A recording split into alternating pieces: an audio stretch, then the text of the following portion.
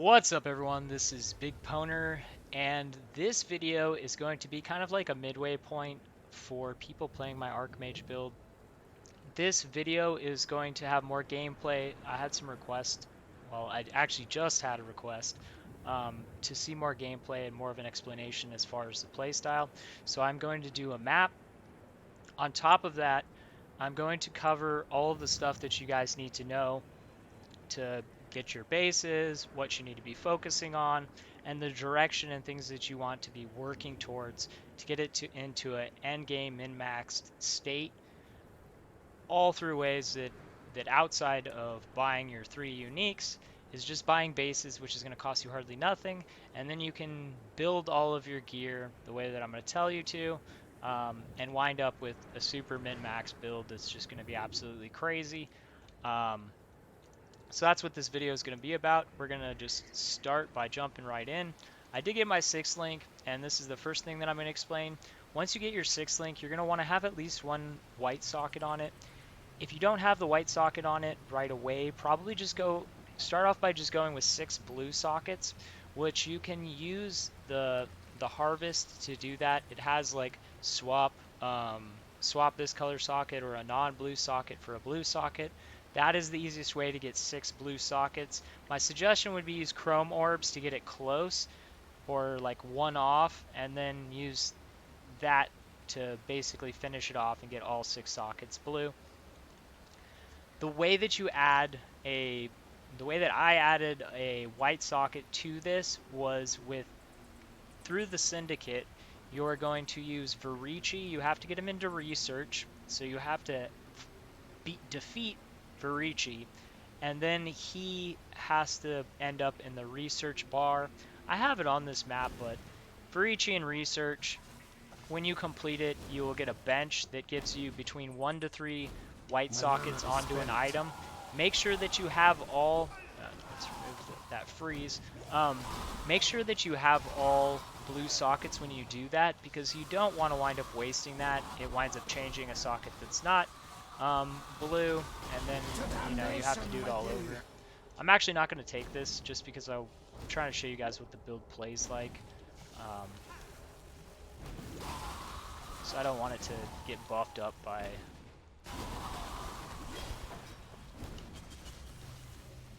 anything. I must have time to gather meteor.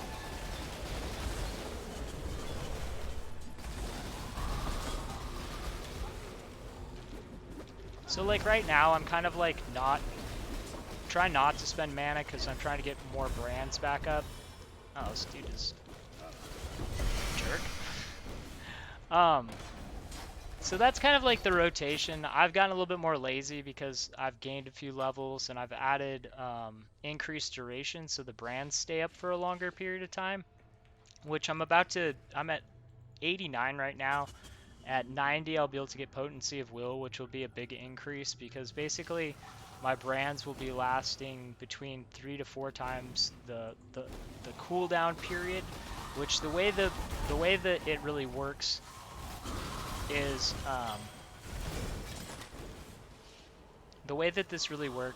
basically I cast 3 brands, and then my mana cost becomes too much for me to cast another brand.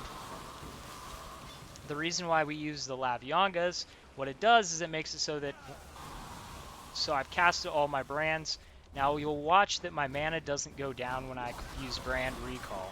The reason why is because Lavyangas was active, which makes my casting cost 0.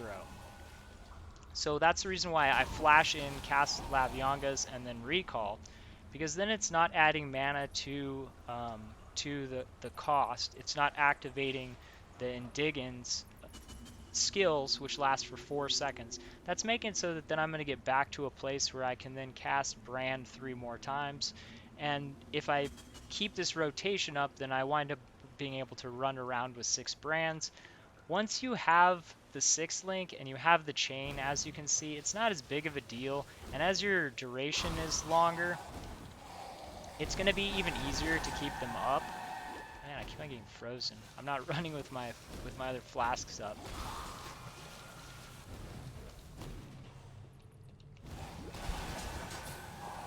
But as you can see, like, I'm popping it just before I'm going into combat because I don't want to mess up my rotation. I want to keep up my brands.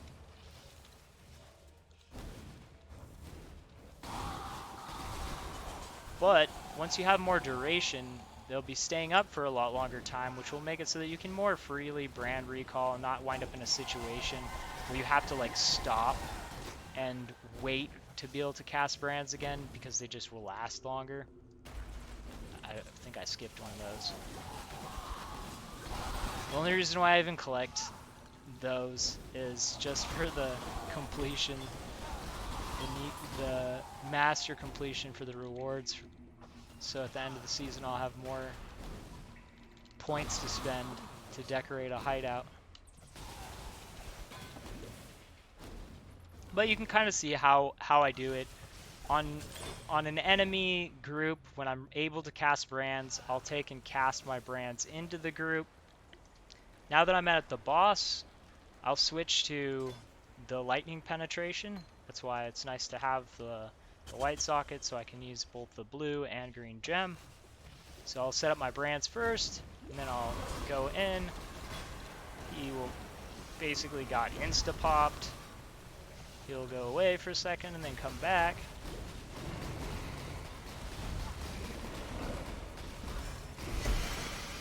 Alright. Not much drops in this map, but that is basically the playstyle of the build. It's just managing that cooldown. Another thing to note is spiking your mana up will increase the damage of your brands that are already active. Like when I'm fighting a boss, when my brands have been attached to him, I want to spend as much mana as possible because like when I spend my full 8,000 mana, I'm gaining like 1,000% increase to my spell damage because of the increased spell damage for every 200 mana cost. So that's something to pay attention to also, which it goes up to 2,000, and since we, it spends mana, we recover mana, spend more mana, and then the cost basically wipes out all of our mana, and now the cost is like 20,000 mana for the next cast, and we're unable to cast again. That huge spike of spell damage is one of the mechanics that are making the damage of the build so much. So that's something to pay attention to on those big targets. You're going to want to spike up your mana once you have brands attached to them so that they do more damage. The other thing that you want to note as far as killing bosses, say I'm engaging a boss, say this wagon is a boss, and I don't have any cost yet. Since when I cast, the damage goes up. For instance, right now I'm able to cast 3 brands. I would cast 1 and then cast 2 onto him. So that the highest damage brands are the ones that are actually attached to him. Because this brand, my first brand, is going to have the least amount of damage. The second brand, is going to have way more. The third is going to have way more. They just continually scale in damage the more mana that you spend. So to strategically do the most damage, you want to have your highest damage brands attached to them. That is one way that you can make sure that you're getting maximum DPS on 2 bosses. I'd say on like something like Sirus, that's probably pretty important. Generally, just running through the maps, I mean, honestly, it really doesn't matter. Stuff dies so easily. It doesn't really seem to matter. So the direction of the build, if you've watched the first guide, you already know the 3 pieces that we absolutely have to have. We have to have the Indigan, we have to have the Saint's Hauberk, and we have to have the Archon Kite Shield. 100%, you have to have those or this build does not work. You also have to have the Hierophant Ascendancy or your build will not work. It won't look anything like this. It just simply will not work. The reason why is because in our Ascendancy for the low life, we have Sanctuary of Thought, which this is what really ties the build together. We gain 20% of our mana, 20% of our max mana as extra energy shield. For me, this is about like 3,600 mana energy shield. It's probably more now. I'm not going to pull it off and put it back on because I don't have that many points. Actually, I don't even have any. It also gives 10% less mana reservation, which this is the thing that makes it so that we're able to have 3 big, the combination of that 10% reduction, and the Prism Guardian, the Blood Magic, the 25% reduced mana reservation, allows us to have 135% reservation just on our life, which is just barely over. As you can see, I have like, I don't know, like 7% or something like that of my life unreserved. So that's the only way that it's going to work. The only other way that it's going to work is going to kind of ruin the build, because you're going to have to spend so many points to get this reduction. We have a close reduced reservation here. There's another one over here. So we could wind up getting a reduced reservation, but it's going to cost us a lot of extra points, and our points are kind of really going to be stretched out to get everything functioning really well. So and that's just talking about kind of like the least important thing on the skill. The most important thing is going to be 50% less cost of skills. If I didn't have that, I would be able to cast, I think I would be able to cast Brand once or twice at the most. And that's with me running reduced cost in multiple places. I've reduced mana cost here. I'm also running 3 reduced cost here. So and I actually even have reduced cost socketed as a jewel. I need a better one, but those are things to note. So without that 50% less, the build just flat out won't work. So don't try this on anything besides the Hierophant Ascendancy, or you just need to look for a completely different build. It won't be anything like this build, because this build won't work without that Ascendancy. Anyways, to the gear, we've talked about that. Opal Wand is going to be the best base for you to try to craft on. Why? Because the implicit goes up to 42% increased spell damage. You're going to want an item level 85 base. Why is it that you want item level 85?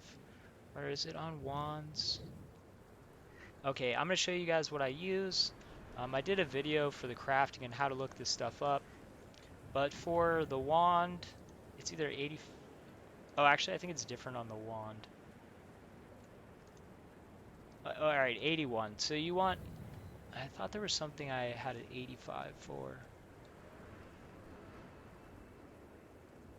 But basically just check to make sure that all the stats, I may have just used that one for whatever reason. We don't care about accuracy. Is there anything else? 85. We don't want an 86 because we don't want increased elemental damage with attack skills. And the 86 just gives us 1 extra. Okay, so it looks like you actually only need 1 level.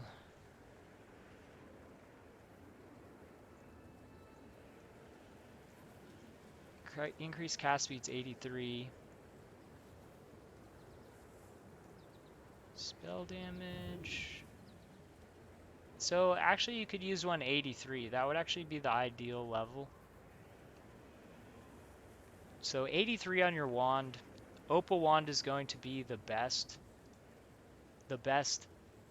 base for you to use. But honestly, if you're buying an item and you can get one that's better, cheaper, the only difference is 2% or a couple percent depending on what base it is. The Omen Wand is only 2% off. So, but if you're planning to craft, you should probably, why not go for the best base? So Opal Wand, on all of our gear, pretty much the #1 stat that we want is mana, obviously because we're gaining a percentage of our mana's energy shield. Archmage takes a percentage of our mana spent and adds it as lightning damage. That's how we get so much damage. And our armor diverts chaos damage taken to our mana before it goes to our health. So it's also a defensive thing in multiple ways. It adds energy shield, and having more mana protects us from chaos damage. So mana is super important. plain and simple, it's the most important thing. In the build, we have our 3 unique slots, but for all the rare slots, you should be trying to get mana. The only place that I would say possibly you could drop mana would be on your belt if you chose to go for an influence crystal belt, and I'll explain to you the reason why we go for the crystal belt right now also, and the ideal way to go for it. So let's go to jewelry, belts, and this is POEDB. This is how you can check all this stuff. So we have percentage increased max energy shield up to 15%. This is really the only stat that I would go for. I mean, we could go for like lightning damage or something like that, but I honestly wouldn't go for anything else. The reason why is because of catalysts. And we're going to have a lot of other places to pick up damage, and the build's going to have so much damage. I think that focusing to get the best synergy on each item, to get the most out of each item, is the best way to do a build, because it is. So let me close this real quick.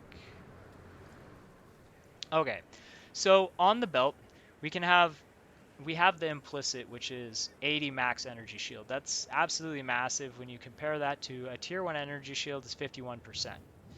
Then we can have this dual mod, which adds armor and max energy shield. At the maximum rank, which I haven't unlocked yet, you can get 25 max energy shield and 351 armor, which you can also view on POEDB, under belts, under crafted mods for prefixes. So you could go for percentage energy shield, tier 1 flat energy shield, and then craft on the dual mod energy shield and armor, which we already have a slot that we're getting, 2 slots that we're getting energy shield and armor, and we have 1 more slot that you could possibly choose to go for energy shield and armor, which just adds some more physical damage reduction having some armor in there. The whole reason why we go for the crystal belt is because 80 max energy shield plus 51 on a tier 1 plus 25 from the dual mod gives us 156 energy shield, which then if we use the catalysts, the defensive catalysts on them, tempering catalysts, for every 1% it will increase all of our defensive modifiers by 1%. So we can put 20 on, that would be a 20% increase. With just the tier 1 energy shield, the dual mod, and the implicit, that means we would get an extra 156, that would be 20, 35, 36 extra energy shield.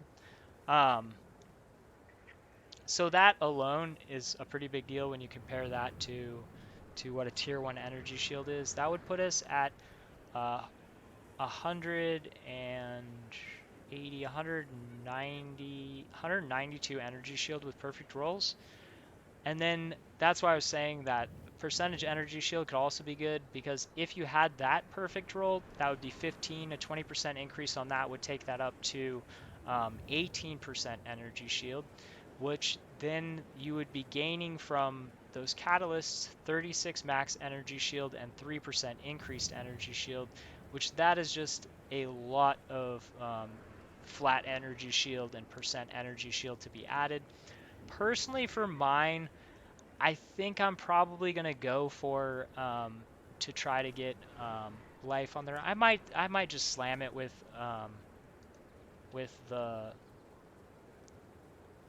an orb.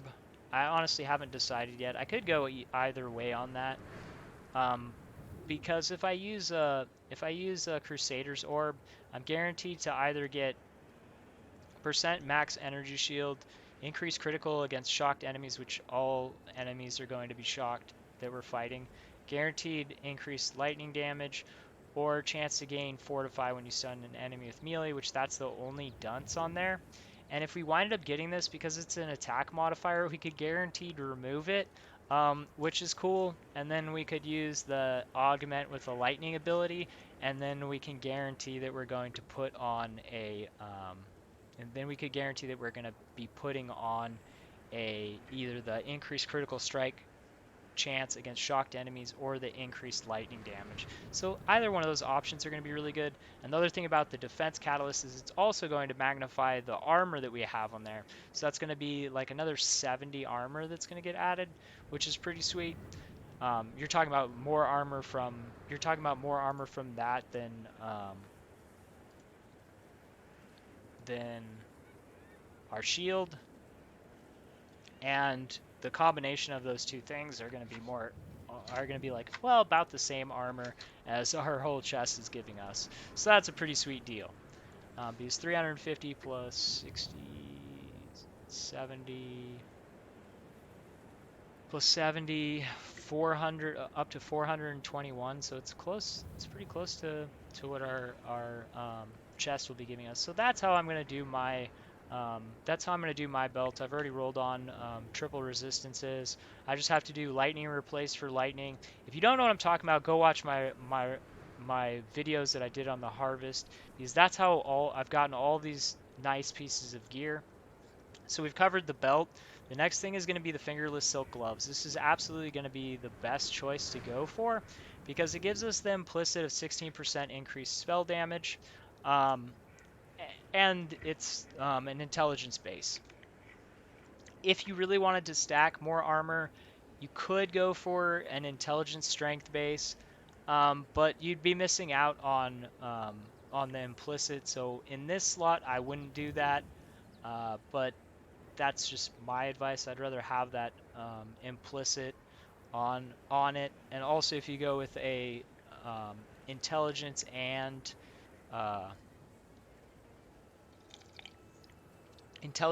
strength base, you're going to have less energy shield, which you do need some good base energy shield on there to get it popping off. So on our gloves, once again, the number one stat is going to be our mana. In the prefixes, I've just gone for 2 defensive stats, and then triple resistance is what I went for, because you got to fill out the resistances somewhere. I have a little bit too much resistances, so I'm actually going to be switching my boots. These were just something early game, and then I decided to go ahead and start crafting another pair. The base that you're going to want to use is the ones that I'm working on now. I've gotten it to triple tier 1. I need to do remove a defense modifier, add a defense modifier to try to get either a flat energy shield or a higher roll on the percent energy shield. But this is the way that you want to upgrade your gear. You want to have something that you're using, and then you want to have another base to work on. And since, the stuff that's really good for our build is most of it's non-influence stuff, and even the influence stuff that's out there, in a lot of the slots, just the regular stats are going to be stronger. So that is going to be the way that I'm going to recommend that you do it. Have one pair that you're wearing, have another pair that you're working on. The other thing that I could have had on here instead would be intelligence as on the suffix. That's going to be our number one choice in general for our suffixes outside of our weapon. And why is that? Because intelligence is basically mana and energy shield. For every 2 intelligence, we're gaining 1 mana, and for every 5 intelligence, we're gaining 1% energy shield. So obviously that's going to be adding more mana, which is damage and defenses for us. So that is something that we want to go for. And if you wind up, last season I winded up going for this node here that gave us a percentage increase. I don't think I'm going to have the points to do it, but I could actually 1, 2, 3, 4, 5 points. I could make this my last 6 points to going to level 95. I could go Potency of Will here, and then I could go 1, 2, 3, 4, 5, and I could be done with the build. As far as my tree, the tree is really nice the way that it's set up. Everything works. The only variation that I could possibly wind up going for would be cluster jewels, which there's only one thing that I really, well, on a big jewel we have the 20% increased mana capacity with the 6% lightning penetration, but a lot of the really good stuff from last league they removed, like being able to pick up extra brands, which that's kind of how I traded off last league. I still was running 6 brands, but I just didn't pick up the brands here. I didn't pick up, you know, the 5 points here, and instead I went for the medium cluster jewel that gave me an extra brand, but now they don't give us an extra brand, so I still have to have, we still have to have 6 brands. So it's, I don't know. I'm gonna have to play with PoE with the path of building a lot to decide if I'm even going to change the tree from this, or I may just go for the utmost intellect and just stack even more mana and energy shield after I get the potency of will. The other choice, well, increased skill effect duration is just too far away. 1, 2, 3, 4, 5, 6, 7. Nope, that's too many points. Oh wait, no. 1, 2, 3, 4, 5. So this is the other way that you could go. Actually, this might actually be what I do. 1, 2, 3, 4, 5 points. This would be 6. So for the level 95 build, which is normally where I stop builds, because it's a realistic goal for players. I've done level 100. That's not realistic. It's really not. If you haven't done it before, you don't understand. But the first time someone goes for that, they're, you know, it's much harder than you expect, and it kind of gets to the point where it's not even fun. Or maybe it's just not exactly my thing. Maybe I'm sure there's people out there that like going for it constantly, but being penalized that much XP is not something I want to do. Again, maybe sometime long in the future. But anyways, this would be the another option, and then we could do that to go for double curses, and then we could put on, oopsies, we could put on Whispers of Doom. The other choice would be to just put 4 points this way, um, and get this, but these aren't going to do anything for us.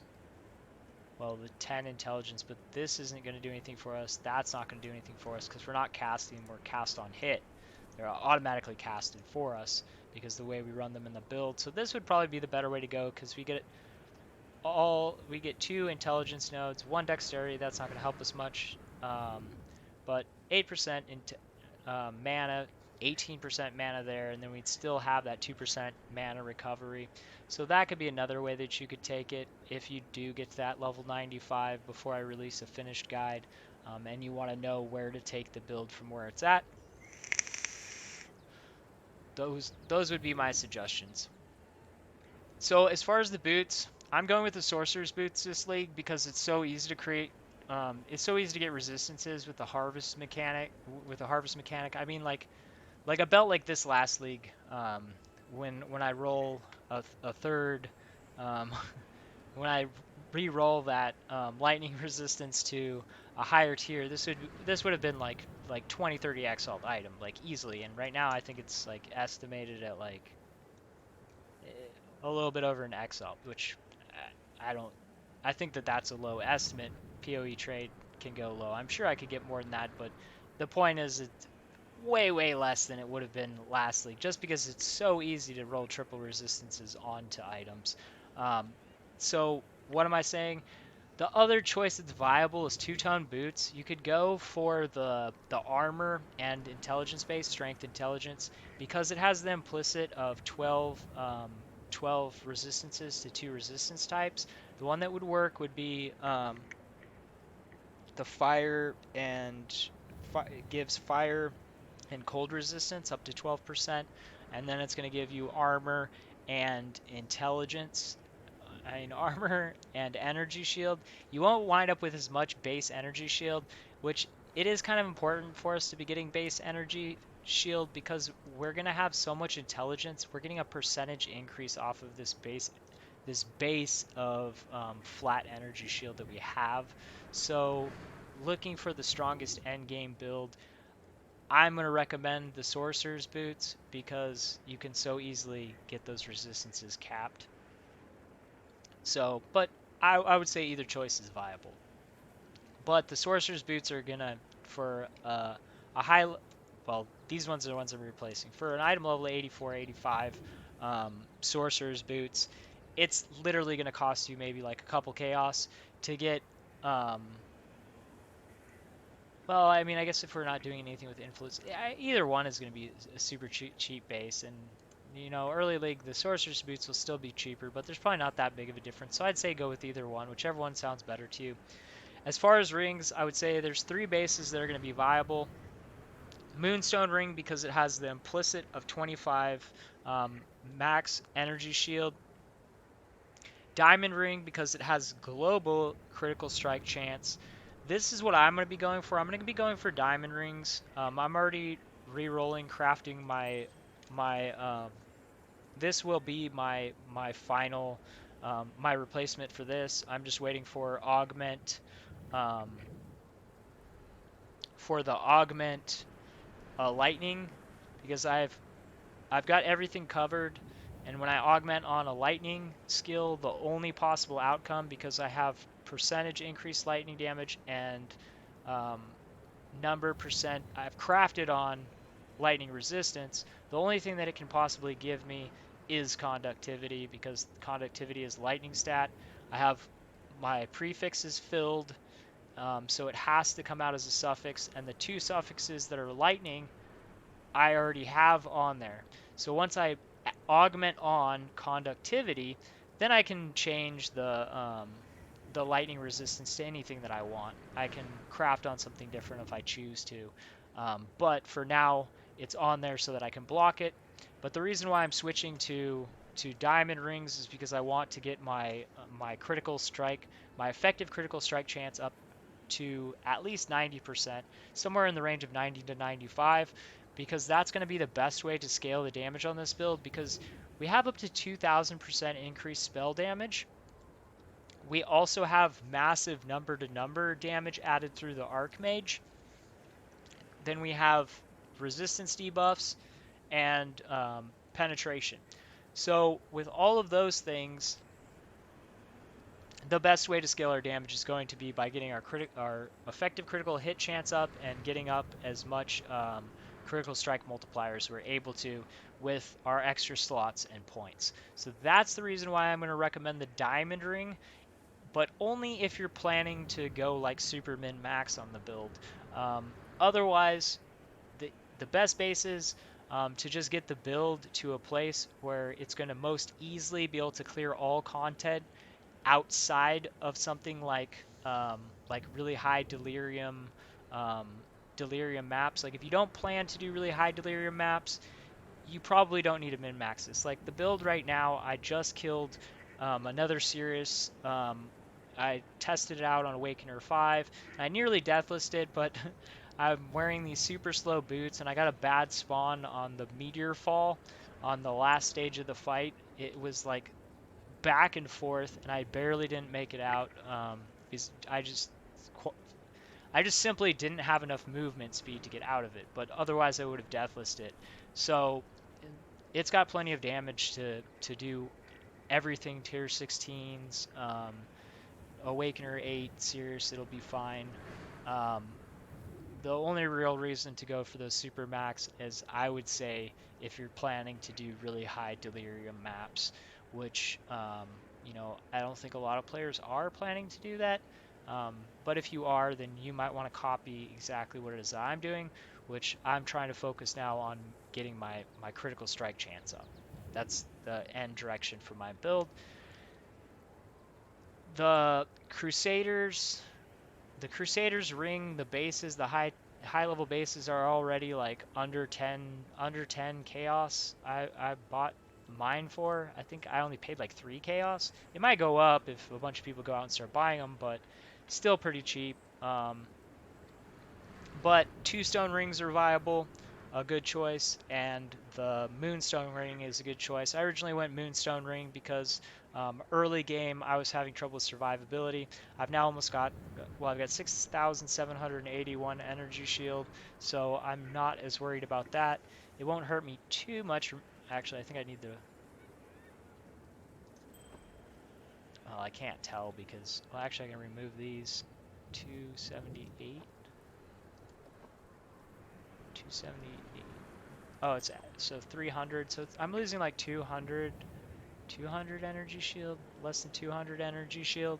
So that's not gonna hurt me too much. I'd rather have the critical hit chance, and eventually I'm gonna get an expensive Watcher's Eye, and I'll probably have like in the range of like 10 plus thousand energy shield, even switching over to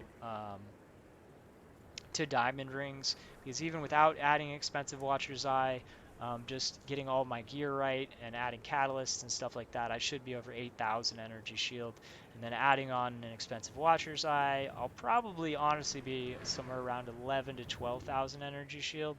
So giving up a little bit of energy shield is not going to be as big of a deal. But I plan to invest a lot into the build and super min max it, try to get near perfect on all my pieces. If you're not planning on doing that, you know, the Moonstone Ring or the Two Stone Ring might be a better choice for you. The necklace, Citrine Amulet's what I chose. Why did I choose the Citrine Amulet? It's an easy place to pick up the 2 stats that we don't pick up a lot of in our build.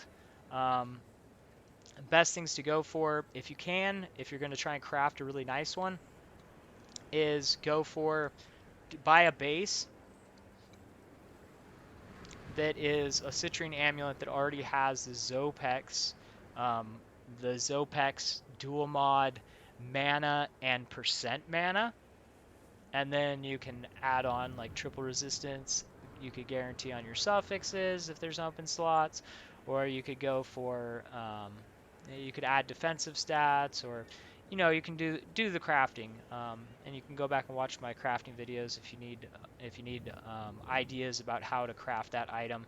I'm actually probably going to get another one of these and try to work on something better than this one, without, you know, working on the one that I already have. So I think that's pretty much everything covered. We talked about all the bases and the directions for going stuff. Number 1 prefix, mana. Number 1 suffix, intelligence. And then basically fill in your resistances. Make sure you're over the cap on all your resistances. Conductivity first. Curse, if you're going to go dual curse, you could allocate Whispers of Doom on your anointment. And then Assassin's Mark and conductivity, which that's going to be a massive boost in making it so that you can reach that high effective critical hit chance, which is probably what I'm going to do, but I need some more points. Anyways, I hope that this has been helpful. Thanks for watching. Peace.